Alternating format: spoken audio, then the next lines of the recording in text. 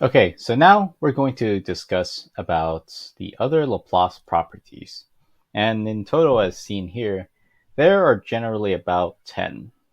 Some books might include a lot more, but these are the main 10. I mean, everything else is kind of defined by these 10. First one is linearity. The idea is that you have two time functions. Well, because Laplace is defined by an integral, we can actually divide up the integral and integrate each separate part. So it doesn't matter. It really doesn't matter. We can actually even have a constant, and this will always just go to their Laplace transforms without one interfering with the other. This is actually a pretty useful property, which we'll discuss later in the application. But that's the idea about linearity, just that we can have two time functions or a linear combination of time functions that go into linear combinations of frequency functions. Now, the second one is time shifting. Suppose you have some kind of function that is shifted in time. And the way we do that shifting is with the step function. This corresponds to e to the negative t naught s f of s. So whenever we have a time shift, we have an exponential multiplied in the frequency function. And actually, frequency shift is kind of the same. We have some kind of time shift here, or I should probably say that if we have some kind of time shift here multiplied by some time function, this corresponds to a frequency shift. So given by the following, s minus s naught. Time scaling is when we have a kind of function kind of multiplied by some constant k, t. Its Laplace transform becomes 1 over the absolute value of k, f of s divided by k. Differentiation and integration. So we have here the derivative. Actually, I'm going to generalize it. The derivative of f, the nth order derivative of f, this becomes s to the n f of s minus s to the n minus 1. Or actually, I should generally represent it as its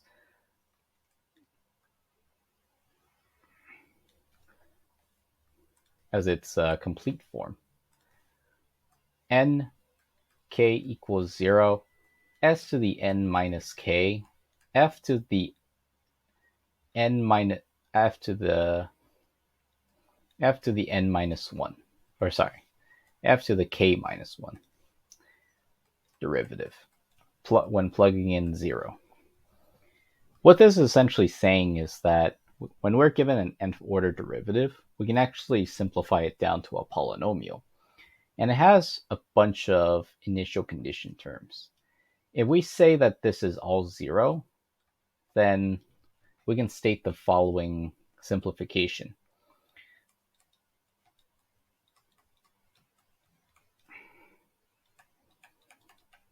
And that is the differentiation property. Now, what about integration? From 0 to tau of f of t, d tau. Or actually, I should probably put tau over here. Tau, well, this becomes f of s divided by s. So actually, number 5 and 6 are very useful for control systems. Number 5 especially is the equivalent of inserting a differentiator into a system, maybe to speed it up, for example. But number 6 is the idea of inserting an integrator into the system to maybe slow down and smooth the system up. 5 and 6 kind of go hand in hand in control systems when we add PID controllers. Actually, 4, 5, and 6 kind of go hand in hand with us using PID controllers in control systems. Okay, so 7 and 8. Now, if we're not given the initial condition, but we know there should be, but we know there may be initial conditions, then we're able to find it directly without needing to ever really kind of solve the differential equation and then solve for it. So we have the limit as s goes to infinity of s times f of s. And similarly, for infinity, we have the limit as s goes to 0 as given below.